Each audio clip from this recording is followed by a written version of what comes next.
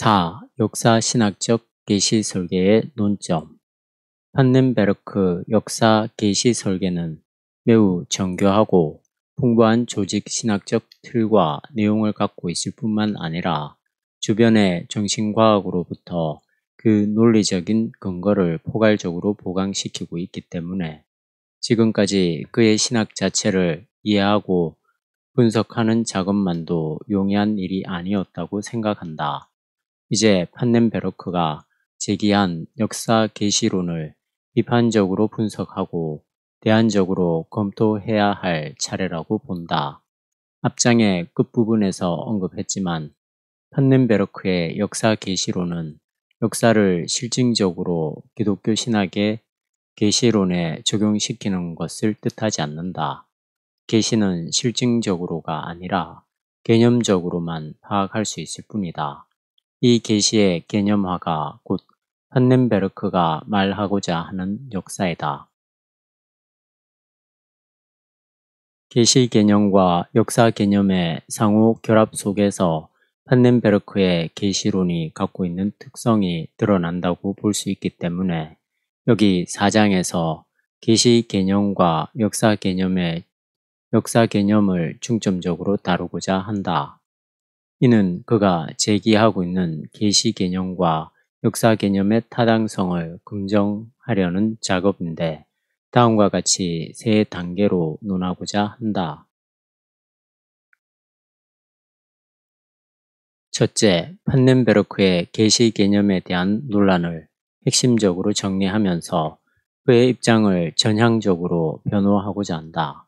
그의 계시 개념이 말씀 계시를 주장하는 이들로부터 어떠한 비판을 받았는지에 대한 중심 문제를 밝힘으로써 그의 역사신학적 입장을 선명하게 그려내 보이고자 한다.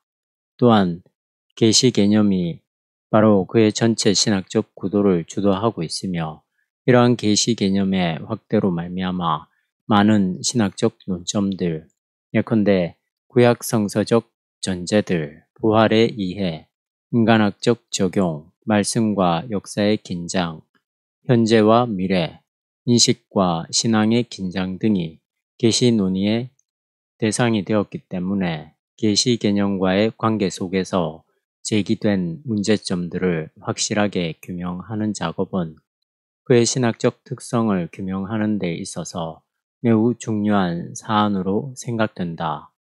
둘째, 여기서 다루어질 문제는 판넨베르크의 역사 개념에 대한 비판이 어떻게 전개되고 있는지에 대한 조명이다. 그의 역사 이해는 주변으로부터 격렬한 비판이 있었음에도 불구하고 신학과 역사의 관계, 즉 신학의 보편적 지평을 놀라울 정도로 확대시켰다는 점을 긍정적으로 검토하려고 한다. 역사 개념에 대한 논점이 분명하게 드러난다면 판넨베르크의 계시론에 놓여있는 특성이 보다 확연해질 것이다. 그러나 계시 개념과 역사 개념에 관한 이와 같은 두 가지 논의는 사실 서로 나뉘어질 수 없는 것이기 때문에 편의상 구분하여 설명하겠지만 전체적인 틀에 있어서는 양자 간의 긴밀한 관련성을 고려해야만 한다는 점이 전제되어야 한다.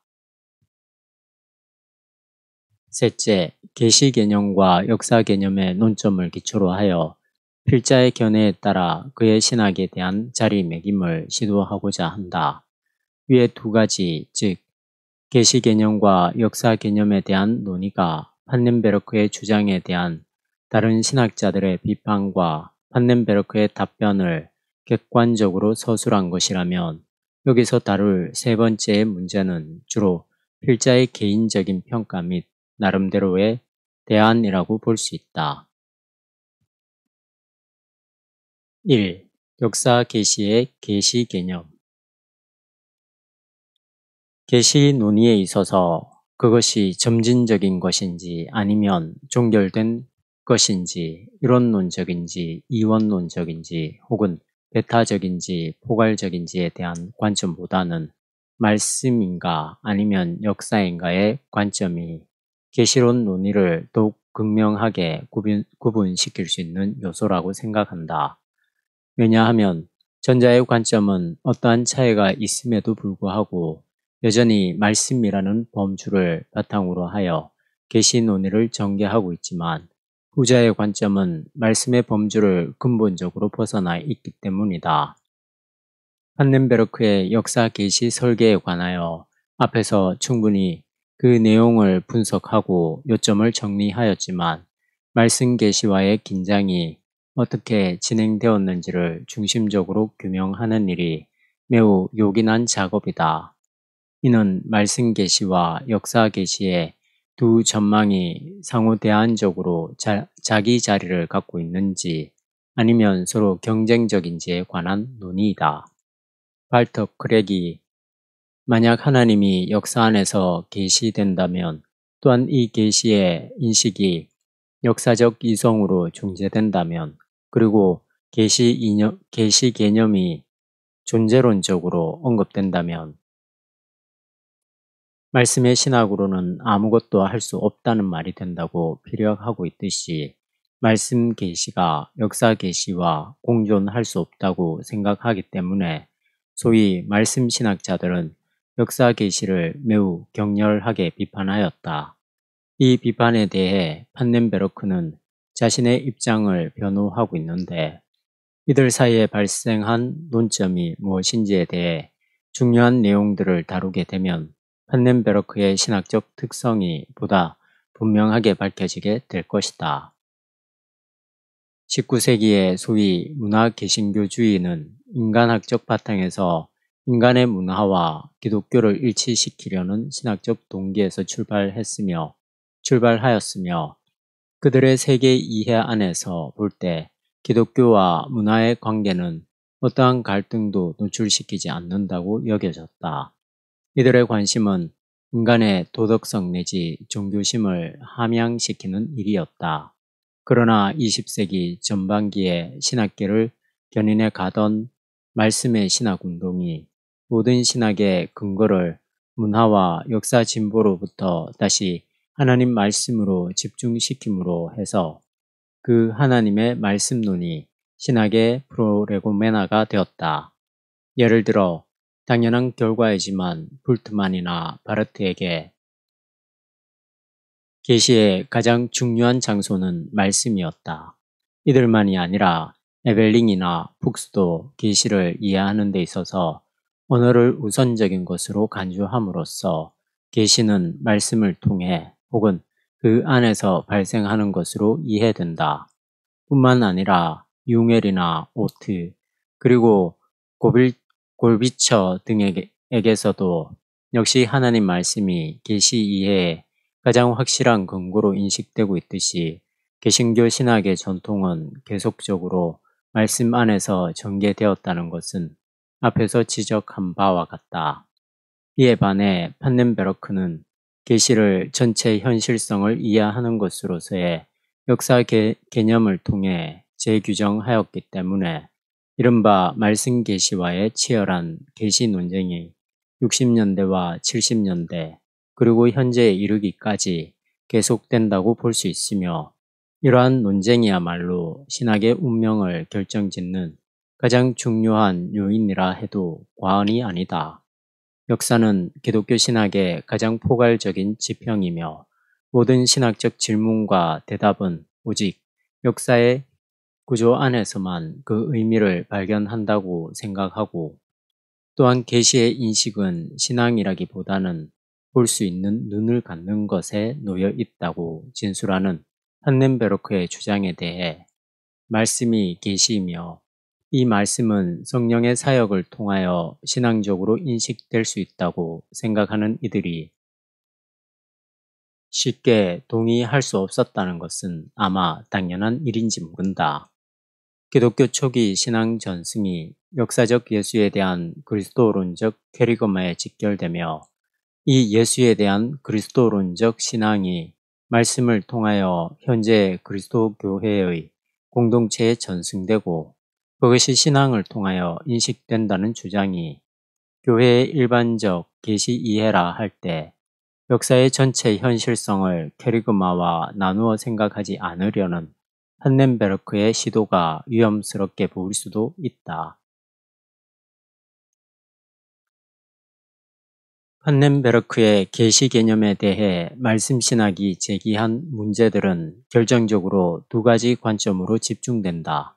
이는 성서론과 인식론인데, 계시 개념에 있어서 성서의 자리를 어디에 설정하느냐 하는 것과 그 계시의 인식에 있어서 신앙과 이성의 관계, 더 나아가 성령의 역할을 어떻게 설정하는가의 문제이다. 말씀의 신학은 말씀이 계시를 규정한다고 생각하는 반면에 판넨베르크의 역사신학은 말씀과 예수 사건도 전체 역사 연관에서 계시 사건이 될 수 있다고 보기 때문에 판넨베르크에게 있어서 계시는 하나님의 궁극적 진리로서 신학적으로 개념화될 뿐이며 어느 하나의 사건에 결정적으로 묶일 수 없게 된다. 이런 점에서 성서론 내지 말씀론은 판넨베르크의 계시 개념을 중심으로 전개된 논쟁을 극명하게 드러내주는 핵심적 주제라 할 수 있다. 우선 성서론적인 문제점으로부터 검토를 시작하도록 하겠다. 기존의 말씀 계시 도식을 역사 계시 도식으로 재정립한 판넨베르크의 역사 계시 기획은 일단의 말씀 신학자들로부터 강한 비판을 받았다. 예컨대 슈타이거, 클라인, 헤세, 바, 알타우스 같은 이들이 그들이다. 슈타이거는 판넨베르크의 역사 계시에 있어서 문제가 계시의 말씀 성격에 대한 어떤 개념도 갖고 있지 않다는 데 있다고 지적하고 있다. 이 말씀 바로 앞서 언급한 대로 이 말은 바로 앞서 언급한 대로 역사 계시의 성서론에 대한 비판이라 할 수 있는데 역사 계시 설계가 말씀의 계시 성격을 지나치게 축소 내지 간과했다는 말이다. 이것이 말씀 계시의 입장에서 제기한 역사 계시에 대한 가장 기본적인 비판이며 또한 양자 간에 놓여 있는 가장 첨예한 대립이라고 여겨진다. 브라텐도 이 점에 대해서 동의하여 말하기를 판넨베르크가 말씀신학을 너무 부정적으로 평가했으며 케르그마를 단순화시켰기 때문에 말씀과 신앙을 강조한 마틴 켈러를 통해 재평가받아야 한다고 주장하고 있다. 클라인도 역사 계시에 있어서 계시의 말씀 성격이 배제되고 그것의 이론화와 주관화로 치우쳤다고 비판하고 있다.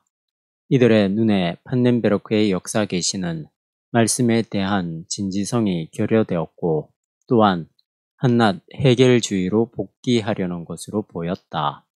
판넨베르크가 말씀의 계시적 성격을 확고하게 주장하지 못하며 오히려 주저하고 있는 것에 대해 말씀 신학자들이 못마땅하게 생각하는 것은 결코 이상한 일이 아니다. 그들, 특히 복음주의적 학자들은 판넨베르크가 예언적 말씀을 전한 예언자들보다 그 예언의 사건 자체를 더 중요한 계시적 사건으로 간주하는 것에 대해 문제를 삼고 있다. 원래적 계시 사건은 그것이 예언자들과 사도들의 해석을 통해서 그리고 그것이 기록된 말씀을 통해서만 우리에게 전달되기 때문에 말씀의 계시 성격을 우선적으로 고려해야 함에도 불구하고 판넨베르크는 오히려 사건 자체에 관심한다고 우도도 다음과 같이 비판하고 있다. 사실 판넨베르크는 자신의 부인에도 불구하고 구약의 확실한 특징인 예언적 말씀을 축소하고 있음이 확실하다. 그는 구약의 예언일지라도 어떤 영감된 말씀이라는 생각을 분명히 거부한다. 그는 어떤 예언자들에게 신적으로 영감된 소통의 타당성을 허락하지 않으려는 것이 확실하다. 왜냐하면 말씀은 신적 역사 사건의 의미를 전달하는 매개이기 때문이다. 이런 말씀은 그 자체 안에서 계시로서 간주되지 않는다. 우드의 비판이 정당한가의 여부는 차치하고 다른 말씀 신학자들과 함께 그가 판넨베르크를 옳게 보고 있는 것만은 분명하다. 판넨베르크는 말씀이 바로 계시가 될 수는 없으며 다만 약속, 명령, 그리고 보도로서 계시와 관계를 갖는다고 보며 특히 설교에 대해서도 그것이 말씀 계시의 성격을 갖지 않는다고 생각한다. 그는 이렇게 진술한다.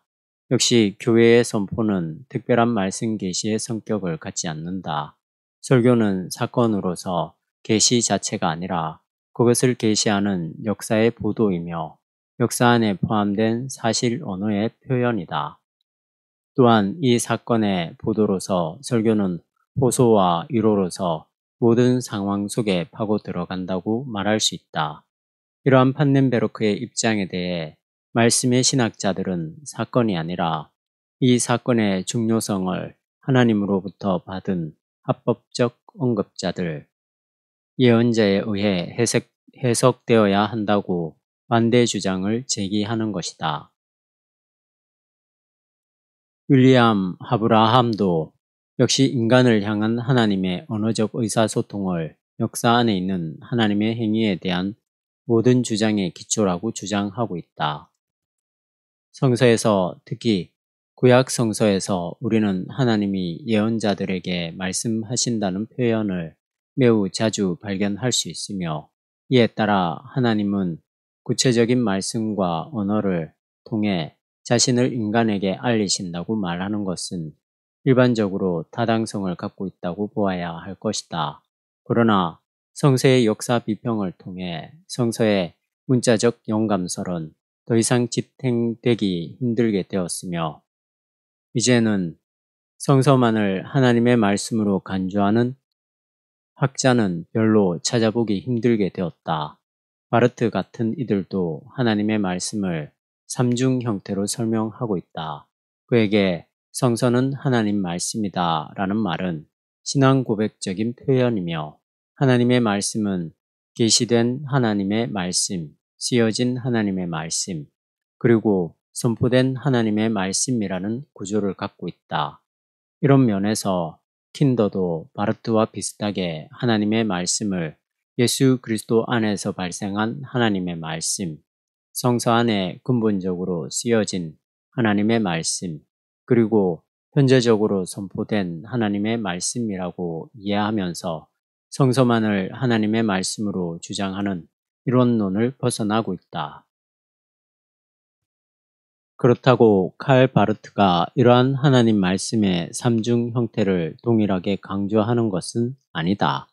하나님의 계시로서 예수만이 직접적으로 하나님 말씀이며 성서와 교회의 선포는 역시 예수 그리스도에 대한 증언의 완성 안에서만 그때그때 하나님의 말씀이 될 뿐이다.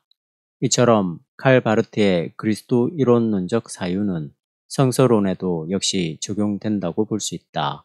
성서는 예수 안에서 하나님의 계시가 되는 것이지 그것 자체가 계시로 완전성을 갖는 것은 아니다. 이렇게 볼 때 바르트는 하나님 말씀에 대한 삼위일체론적 이해와 계시의 기독론적 입장을 변증법적으로 결합하고 있는데 예수 그리스도만이 하나님의 계시이지만 이 하나님의 계시인 예수 그리스도를 증언하는 것은 결국 하나님의 말씀이라고 생각하기 때문에 말씀 계시에 확고히 서 있다고 보아야 한다. 예수 그리스도가 하나님의 계시라는 주장에 대해 아무도 이의를 제기할 수 없겠지만 이 문제의 관건은 예수 계시가 말씀과 결합되어 있는지 아니면 역사와 결합되어 있는지를 밝혀내는 작업이다. 일반적으로 교회의 전통은 바르트와 같이 말씀과의 연관 가운데서 예수 계시의 근거를 확보한다. 바르트와 같은 입장에 서 있는 융엘의 의견을 들어보도록 하자. 그는 다음과 같이 진술하고 있다. 하나님에 대해 생각할 수 있는 가능성은 개신교 신학에 있어서 결코 임의적 가능성이 아니라 성서 본문의 현존을 통해 규정된 그리고 하나님에 대한 신앙 안에서 벌써 요청된 가능성이다. 하나님의 경험은 나는 생각한다 라는 순간을 뛰어넘어 발생하고 약속되는 것인데 신학은 이 하나님 경험을 포괄하는 역사의 구체적 관계성 안에서 하나님을 이해한다. 또한 융엘은 성서의 현실성이야말로 하나님에 대한 진술, 즉 하나님을 하나님으로 말할 수 있게 한다고 명백하게 주장한다. 융엘은 삼위일체론 안에 있는 바르트의 계시 개념에 대한 전개를 계시 안에 있는 하나님의 자기 해석의 사고를 통해 논의하고 있다. 그는 바르트의 말씀 신학적 틀 안에서 하나님에 대한 신학적 반영의 계시 범주를 말씀하는 자로 정의시키고 있기 때문에 판넨베르크와는 말씀 이해가 근본적으로 다르다고 할 수 있다. 말씀의 언어성을 강조하는 에벨링도 판넨베르크가 지나치게 계시 개념에 집착하였기 때문에 말씀 개념을 정당하게 취급하지 못했다고 비판한다. 그는 판넨베르크가 시도하는 계시 개념의 정밀성이 비록 타당하다 할지라도 그 정밀성을 위해서 역시 하나님 말씀의 개념을 확고하게 유지해야 한다고 주장하면서 다음과 같이 계시 개념과 하나님 말씀 개념 사이의 관계를 설명하고 있다. 계시 개념과 하나님 말씀 개념은 상호 나뉘어져서 작용될 수 없다. 계시 개념은 하나님 말씀 개념이 계시 이해를 주지적이고 율법적 범주 안에 축소시킨 데 반하여 비교할 수 없이 넓은 영역에서 그 특징을 드러내고 있다. 계시 개념에 대한 숙고를 통해 개방된 전망과 통찰의 너비를 보면 계시 개념의 역동성을 충분히 짐작할 수 있다. 그러나 계시 개념에 나타난 그것의 정밀성은 거기에 작용하는 하나님 말씀 개념에 기인한다. 데우스 레벨라투스는 데우스 프라이디카투스이다. 하나님 말씀 개념이 계시 이해의 정밀성에 기여하기 때문에 말씀 개념이 계시 개념보다 교의학적으로 상위에 속한다. 에벨링은 결국 판넨베르크가 시도하는 계시의 개념화가 아무리 학문적 깊이를 보장한다고 하더라도 결국은 말씀의 범주 안에 들어와야 한다고 비판한다. 그러나 판넨베르크는 에벨링이 케리그마의 말씀을 우선적으로 생각하기 때문에 계시의 성서적 표상이 다양하다는 것을 언급하지 못했으며 다만 훌트만에 의해 강조된 케리그마의 진술에 대한 기독론적 특성을 정밀화하고 있을 뿐이라고 대답하고 있는데 여하튼 대표적으로 칼 바르트에게서 강조되고 있는 말씀의 우위성이 에벨링에게서도 역시 유지되고 있는 것만은 분명하며 이런 각도에서 계시의 개념화를 통한 역사 계시 기획은 끊임없이 비판의 대상이 된다고 할 수 있다. 계시의 역사적 성격과 말씀적 성격에 관한 문제는 이미 켈러에게서도 설명된 바 있다. 그에게 있어서 성서적 말씀은 계시와 역사와 신앙이 만나는 장소이며 역사 속에서 행동으로 계시하는 그 하나님을 해석하는 것이 곧 하나님 말씀인 것이다. 그는 말하기를 사실 그것을 하나님의 행위로 이해하는 사람에게만 그러므로 해석의 말씀을 통해서만 계시가 된다고 했는데 이 말은 바로 역사로서의 계시가 말씀의 해석을 통해서만 계시 사건이 되므로 계시란 역사적이며 동시에 성서적인 양면의 긴장 가운데서 이해될 때에 정당하게 드러난다는 주장이다. 켈러나 에벨링 그리고 융엘이 서로 같은 입장은 아니라 하더라도 계시 논의에 있어서 역사만으로 가능한 것이 아니라 말씀과의 통전적 관계 켈러 혹은 말씀의 우위성 에벨링 그리고 하나님 진술을 가능케 하는 말씀의 현실성 융엘 말씀의 현실성이라는 관점에서 알 수 있듯이 판넨베르크는 역사로서의 계시 구도와는 견해를 달리한다고 볼 수 있다. 이들의 신학적 자리가 앞서 논의된 이들, 즉 슈타이거, 클라인, 우드, 그리고 대표적으로 칼 바르트에 비해 신학의 학문성을 강조하고 있지만 계시를 말씀의 지평에 정의시킨다는 점에서 같은 선상에 서 있다고 보아야 한다.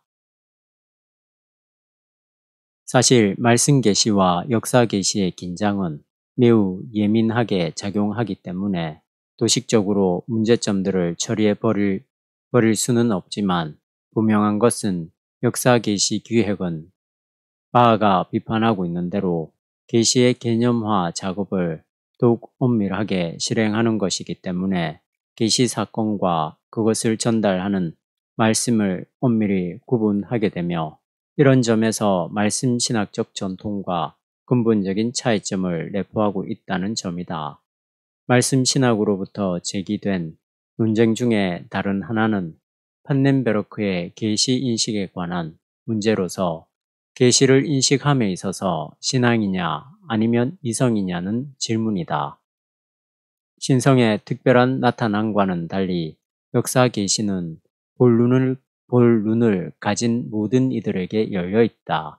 그것은 보편적 성격이다 라는 판넨베르크의 진술에서 볼 수 있듯이 그는 계시 인식에 있어서 전통적 입장과 첨예하게 대립되어 있다. 그에게 계시는 신앙을 가진 특별히 준비된 이들에게만 열려진 것이 아니라 볼 눈을 가진 자, 즉 이성의 눈을 가진 모든 자에게 열려지는 보편적인 것으로 규정된다. 하나님의 계시를 신앙의 눈으로 바라볼 때만 인식할 수 있다고 생각한 전통적 입장에서 볼 때 판넨베르크의 그런 보편적 인식론은 매우 위험스러울 수밖에 없을 것이다. 그러나 분명히 계시 인식의 문제는 이성과 신앙의 단순한 대립 관계로서 해결될 수는 없다고 여겨진다. 판넨베르크가 말하는 이성은 궁극적으로 역사적 이성을 가리킨다는 점을 앞서 언급한 대로 그는 맹목적이라 할 수 있는 신앙으로의 기의를 비판하려는 것이지 선험적 순수 이성을 찬양하려는 것은 아니다. 일단 이 문제에 대해 비판하는 이들의 견해를 있는 그대로 살펴보기로 하자. 알트하우스는 이미 1962년에 계시 인식에 관하여 이성과 신앙의 관계를 밝힘으로써 역사로서의 계시를 비판한 바 있다. 그는 신앙이 계시의 인식이나 지식을 기초하고 결정한다고 전제하면서 계시 지식은 신앙 안에 내포된 것이지 그것에 앞서 도달될 수 있는 것은 아니며 이성이 역사적 사실들을 인식할 수는 있지만 그 사실들을 계시로 이해할 수 있기 위해서는 신앙이 요청된다고 주장한다. 물론 신앙이 하나님의 선물이라는 것을 판넨베르크도 동의하고 있는 바이기 때문에 여기서 신앙이 하나님으로부터 주어지는가의 문제는 주요 논점이 될 수 없다. 다만 계시 인식에 있어서 신앙과 이성의 자리에 관한 것이 바로 핵심적 문제이다. 알트하우스는 판넨베르크가 계시 인식에 있어서 신앙과 성령을 완전히 제거한다고 비판한다. 왜냐하면 거듭 언급한 바처럼 판넨베르크는 볼 눈을 가진 모든 자에게 계시가 열려져 있다고 주장하고 있기 때문이다. 해밀턴도 판넨베르크가 계시 인식에 있어서 적당한 방법으로 성령을 대신하고 있다고 비판한 바 있다. 성령의 역할을 뒤로 물러나게 하고 대신 보편적 인식 능력인 인간의 이성적 기능을 대체시킨 것으로 받아들여질 수밖에 없는 것이다. 우드도 계시의 우선적 장소를 하나님의 사역이 기초되는 역사적 사건 안에 두는 판넨베르크의 의견에 동의하고 또한 비판적 역사가 신앙의 중요한 보조물이라는 것에도 동의하지만 그 계시의 인식이 본론을 갖는 보편적 성격이 아니라 오순절 성령 강림의 사건에 놓여진다는 점에서 그를 반대한다고 말한 바 있다.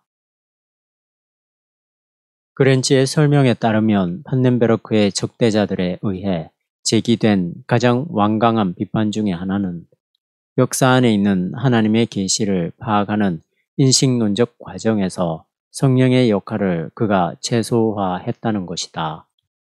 같은 조건 밑에서 어떤 이들은 하나님의 계시를 인식하는 데 반하여 어떤 이들은 그렇지 못한 이유에 대한 대답을 우리는 성령의 역할에서 구할 수밖에 없는지도 모른다. 또한 세계의 현실과 역사 전체에 대한 안목을 갖지 못했음에도 하나님의 뜻대로 살아가는 이들을 우리가 발견할 수 있는데, 이러한 신앙의 현상은 판넨베르크의 인식론적 견해에 따르면 쉽게 이해될 수 없을 것이다. 이런 면에서 클라인이 판넨베르크에게 있어서 신앙이 전적으로 지성화되었다고 비판한 것은 정당하며, 또한 켈러가 앞서 다음과 같이 질문한 것도 역시 판넨베르크에게 해당된다고 할 수 있다. 만약 예수가 무엇 그리고 누구였는가에 대한 질문이 명석한 연구에 의해서만 기초가 세워질 수 있다면, 그리고 그것이 이러한 과학과 같은 것으로 증거하는 우리 시대의 학문이라면, 예수 그리스도는 어떻게 모든 그리스도인의 신앙의 권위 있는 대상이 될 수 있는가? 지금까지 판넨베르크의 계시 개념에 대해 말씀 신학의 방향에서 어떤 반론이 제기되었는가에 대해 검토하였다. 이와 같은 반론들의 핵심은 앞서 밝힌 대로 판넨베르크의 역사 계시 설계가 말씀과 성령의 자리를 지나치게 축소함으로써 기본적으로 기독교 신학으로서의 성격을 충분하게 제공하지 못한다는 점으로 모아질 수 있다. 만약 판넨베르크의 역사신학적 설계가 단순히 말씀의 근거와 성령의 역사를 축소하고 있다면 기독교 신학의 위기를 불러올 수도 있을 것이다. 아무리 신학이 교회의 전통으로부터 자유하고 보편적 진리에 묶인다고 하더라도 역시 신학은 교회의 학문이며 동시에 교회를 위한 학문이어야 한다는 점에서 이론이 제기될 수 없다. 그러므로 말씀과 성령의 활동은 기독교 교회의 핵심적 근거이며 내용이기 때문에 충분한 이유 없이 말씀과 성령의 역사를 상대화시킨다면 구태여 기독교 신학이어야 할 필요는 없을 것이다. 교회사를 통해 볼 때도 인간의 이성이 역사 발전에 매우 중요한 역할을 했지만 그 이성이 오히려 역사를 역행시킨 일도 상당히 빈번했음이 분명하다. 뿐만 아니라 하나님의 말씀을 통하여 인간과 세계를 이해할 수 있었으며 신앙의 경험을 통하여 참된 생명의 세계를 깨닫고 거기에 참여하게 되는 일이 많았다. 칼 바르트는 그가 인생의 말년에 발행한 강연집 가운데서 신학이 다른 학문들 사이에서 어떤 외적인 자리 확보와 변증앙을 포기하고 엄격하게 자기 자신에게 몰두하고 그 일을 숙고했을 때 주변 학문이 신학에 대해 진지하게 생각하고 교회의 말을 경청하기 시작했다고 진술한 바 있다. 자유주의 신학에 대항해 변증법 신학이 강조한 말씀과 신앙과 성령의 역사를 판넨베르크가 이미 잘 알고 있음에도 불구하고 어떤 이유에서 말씀이 아니라 역사가 계시이며 신앙과 성령이 아니라 이성에 의한 계시 인식을 주장하는지, 그리고 그를 비판하는 소리에 어떻게 답변하고 있는지 우리는 그의 설명을 들어야 한다. 판넨베르크는 자신에게 던져진 비판, 즉 신앙을 지성화했다거나 성령의 역할을 축소했다는 주장에 대해 결코 동의하지 않는다. 그가 계시의 인식을 볼 눈을 가진 자라는 명제 속에서 설명하는 이유는 성령이 복음에 대한 그 어떤 보충물이 아니라는 것을 강조하는 것이지 성령론을 약화시키려는 것이 아니다.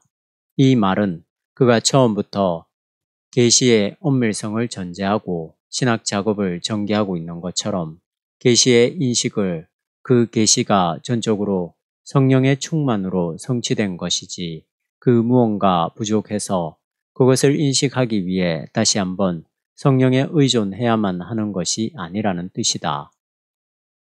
그는 이러기를 듣는 자는 그가 복음의 사실에 참여함으로 성령에 참여하는 것이라고 한다. 계시는 계시로서 이미 성령으로 충만한 것이므로 그것을 볼 수 있는 눈을 가진 이들에게 열려져 있다는 말이다. 그는 여기서 일반적인 성령 이해를 비판하고 있다. 판넨베르크는 성령의 일반적 이해가 경건성의 주관화와 개인화의 경향으로 나타난다고 그 문제점을 지적하면서 이러한 잘못된 성령의 이해 때문에 그 주관성을 위한 신앙의 내용을 필요로 하게 됨으로써 정작 중요한 진리성이 더 이상 요구되지 않게 되었으며 이러한 입장은 초대교회가 알고 있던 성령 이해를 극단적으로 축소하는 것일 뿐만 아니라 그리스도인의 선교적 책임을 간과하게 되며 또한 건강하고 책임성 있는 교회 생활을 간단히 성령에게 일임하게 됨으로써 신앙인의 책임이 불분명하게 되었다고 비판한다. 오늘의 신앙인들이 이미 성령으로 발생한 계시 사건을 이성의 눈으로 인식하려 하지 않고 또다시 성령의 역할에만 의존하게 되는 경향으로 치우치게 되었다는 말이다.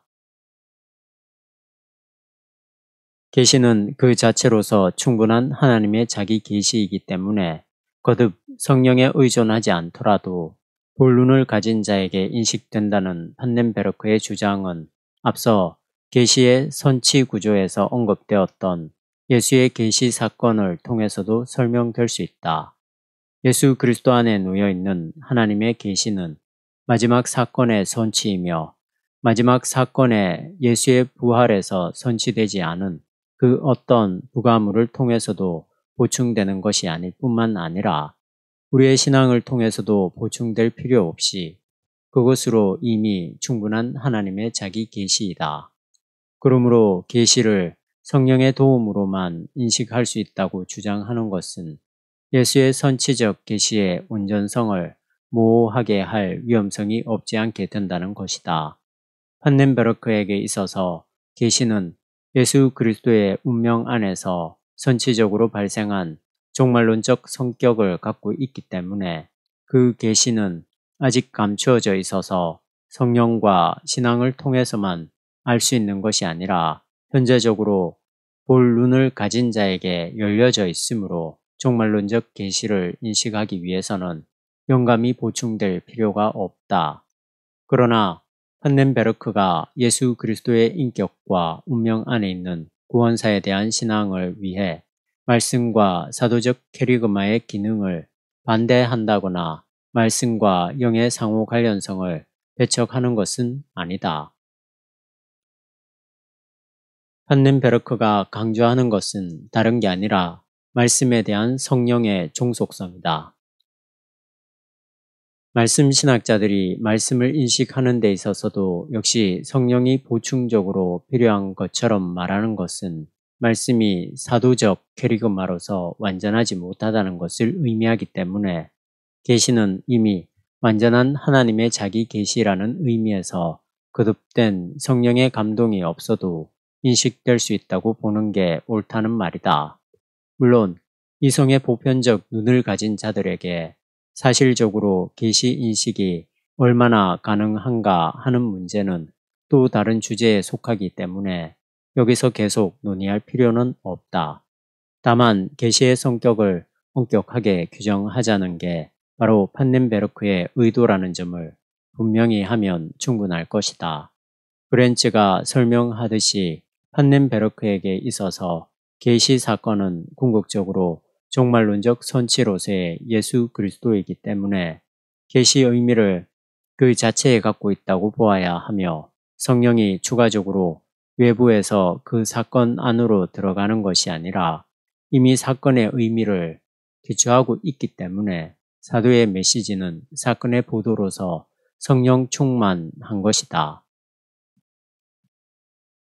성령을 통해서만 계시를 인식할 수 있다는 주장은 이미 성령으로 사건화된 계시를 주관적으로 이해하게 될 위험성을 갖는다.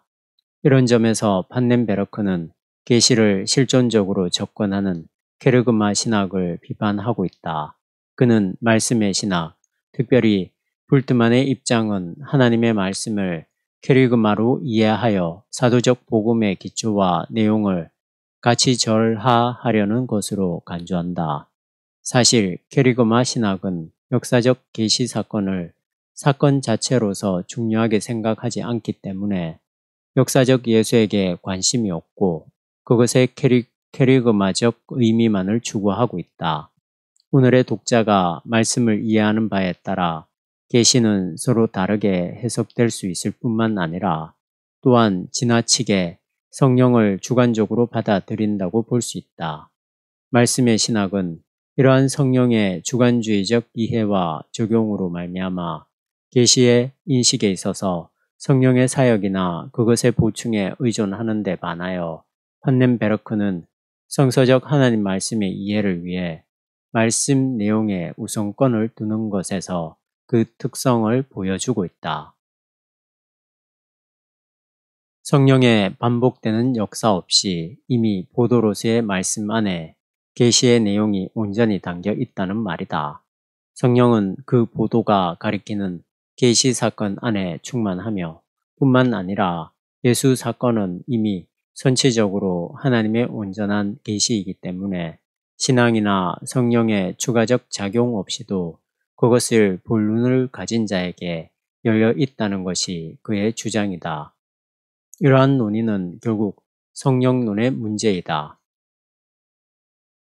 판넨베르크의 성령 이해는 매우 객관적이고 사실적인 관점에서 전개되고 있다. 전통적으로 교회는 성령이 개인의 마음을 움직이거나 혹은 영적인 눈을 뜨게 하여 비밀로 놓여있는 계시를 인식하게 한다고 가르친 데 반하여 판넨베르크는 성령이 그렇게 한 개인을 취사 선택하여 계시를 인식할 수 있도록 활동하는 영이라고 말하지 않는다. 그에게 있어서 성령은 삼위일체론적 관점에서 역사의 그 진리성을 드러내는 하나님의 영이다.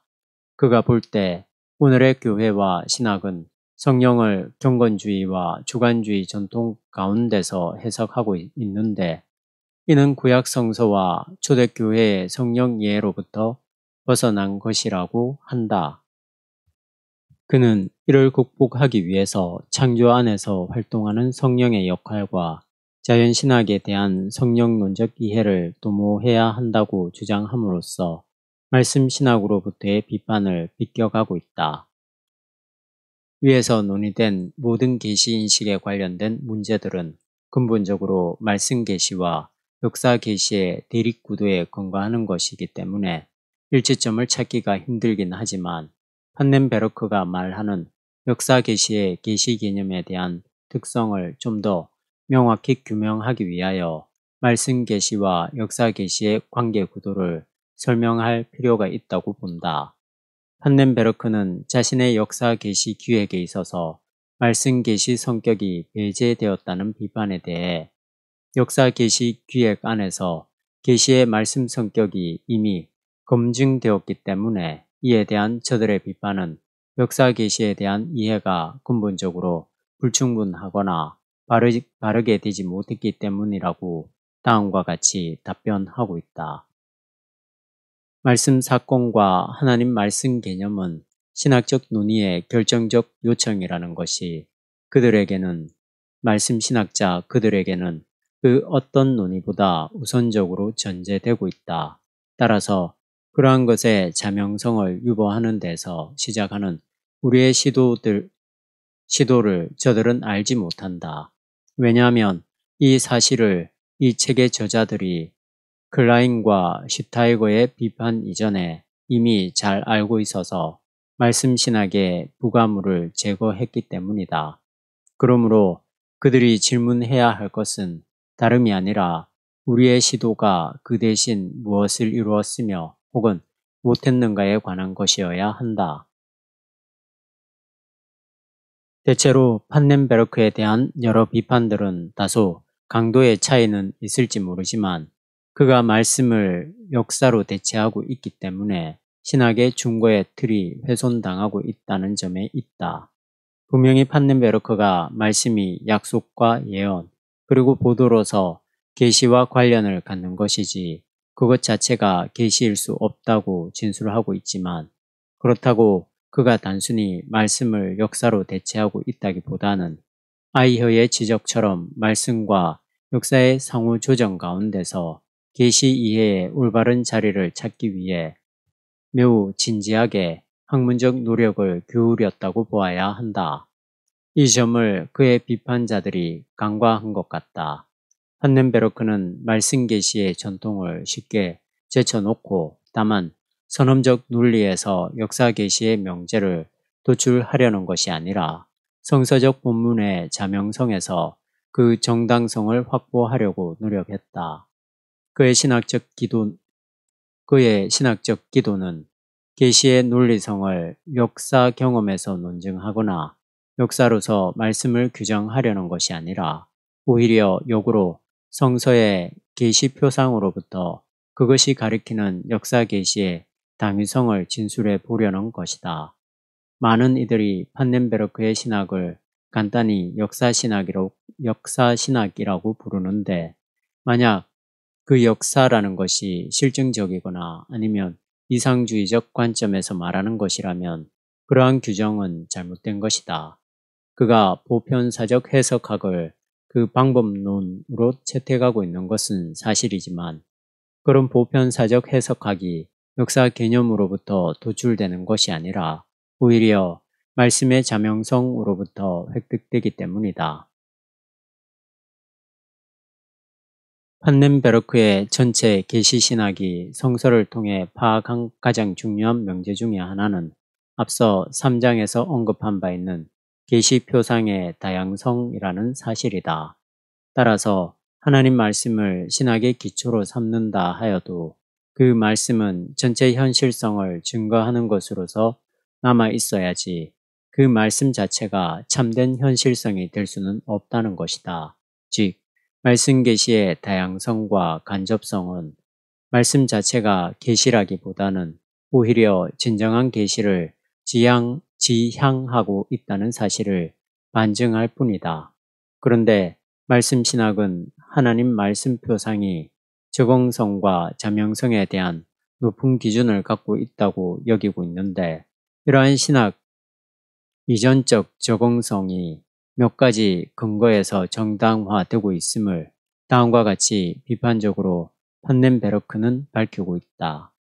첫째 근거는 하나님 말씀이 결코 하나님의 자기 계시를 직접적으로 드러내고 있지 않음에도 불구하고 성서 안에 있는 하나님 말씀 개념이 의심할 여지 없이 확고한 의미를 갖고 있다는 주장.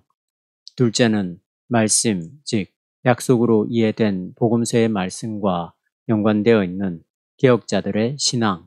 셋째는 고대 개신교적 영감론에 기초한 하나님 말씀으로서의 성서 이해. 넷째는 말씀하시는 하나님에 대한 근대의 인격주의적 사고와 연관된 개인적 의사소통에 대한 견해이다. 판넨베르크는 위에서 설명한 바의 네 가지 근거에 기초한 말씀신학의 계시표상에 대해 다음과 같이 논박하고 있다. 첫째, 그가 볼 때 말씀 계시에는 강력하게 역사하는 하나님 그리고 우주의 기원으로서의 신적 말씀에 대한 표상이 신화적이고 마술적인 권원으로 형성되어 있다. 그런데 오늘의 세계에서 이러한 마술적 말씀 이해가 더 이상 가능하지 않기 때문에 말씀 신학은 이러한 마술적 개념으로부터 벗어나야만 한다. 둘째, 하나님 말씀의 논증적 사명은 이미 역사 비평적 성서 연구로 말미암아 그 자리를 상실하게 된 신학적 논증의 권위 유형을 다시 짊어지게 될 것이며 이러한 요구는 결과적으로 신앙의 주관주의로 전락하게 될 것이다. 셋째, 하나님 행위에 대해 언급하는 예언자의 말씀으로서 그리고 인간 행위를 규정하는 율법으로서 또한 중재될 수 없는 창조적인 하나님 말씀으로서 기독교적 선교 사신의 특징으로서 끝으로 예수 인격 안에 나타난 로고스로서 하나님 말씀에 대한 성서적 표상의 다원성이 하나님 말씀에 대한 신학적 진술을 통해 비약되면 안 된다. 넷째, 이 문제는 판넨베르크가 여러 번 지적하였던 말씀신학의 갱신과 관련된 것인데, 말씀신학이 성서에 기초하여 하나님을 언급하고 있지만 그 내용은 직접적으로 하나님과 일치하지 않는다는 사실에서 볼 때 말씀신학이 말하는 하나님의 자기 계시도 역시 그 계시의 내용을 직접적으로 갖고 있지 못하다고 보아야 한다. 그가 말하는 그 내용이란 말씀으로부터 발생되는 것이 아니라 계시 개념의 정밀성에서 동시에 세계와 역사의 현실성 안에서 그 진리성을 논의함으로써 드러나게 되는 것이다. 결국 하나님의 자기 계시는 말씀 자체가 아니라 하나님의 행위를 통해 중재될 수 있는 것이어야만 한다. 이 행위, 이는 곧 하나님의 창조 행위이며 예언자 말씀 안에서 알려진 하나님의 역사 행위이며 또한 초대교회의 캐리그마가 역관계를 형성하고 있는 나사렛 예수 안에 있는 하나님의 행위인데, 이 행위가 전체적으로 하나님 말씀의 성서적 표상이 가리키고 있는 내용이기 때문이다. 그 내용을 가장 포괄적으로 담고 있는 용어와 개념이 바로 역사이다. 판넨베르크가 줄기차게 외치고 있는 주장은 신학의 중거를 말씀으로부터 역사로 옮겨 놓아야 한다는 것인데, 그렇다고 이 주장이 말씀 대신 역사라는 것은 아니다. 말씀이 결국 역사를 증언하고 있다는 말이다. 자칫 우리는 그가 기독교 신학 안에서 말씀을 제거해버리고 역사로 충당하려는 것이 아닌가 하고 오해하기 쉽다. 그가 말하고자 하는 바는 말씀까지도 역사에서 자기를 드러내는 하나님의 자기 계시 안에 종속되어야 한다는 점에서 그의 주장에 따르면 이는 말씀 자체가 증언하고 있는 사실인데, 말씀의 자기 권위 구조가 벗겨지고 계시의 엄밀성과 자명성에 종속되어야 한다는 것이다. 지금까지 검토한 판넨베르크의 입장을 요약해 보도록 하자. 성서를 통해 확실하게 동의할 수 있는 사실은 계시 표상이 다양하다는 것, 또한 신성의 온전한 노출인 계시의 내용이 그 안에 없다는 것, 따라서 계시는 결국 간접적일 수밖에 없다는 것이다. 계시는 결코 직접적으로 말할 수 없다는 전제에서 기독교 신학이 선택할 수 있는 신학 작업은 계시를 개념화하는 일이다. 말씀 스스로가 소유하고 있는 신화적, 마술적 권위에 의지하는 것이 아니라 자신의 정당성을 담보할 만한 조직적 정밀성을 확보해야만 한다는 것이다. 판넨베르크에게 있어서 이러한 계시 개념의 정밀성에 대한 논의는 앞서 2, 3장에서 다루어진 것처럼 하나님의 자기 계시요 간접적이며 종말론적이고 예수의 운명 안에서 예기적으로 선치된 것이며, 따라서 이 모든 개념을 함축할 수 있는 전체로서의 역사가 곧 하나님의 자기 계시라고 설명될 수 있다. 이런 점에서 그는 계시의 개념화를 통해 말씀 신학의 한계를 극복하려고 했다는 사실이 인정될 수 있다.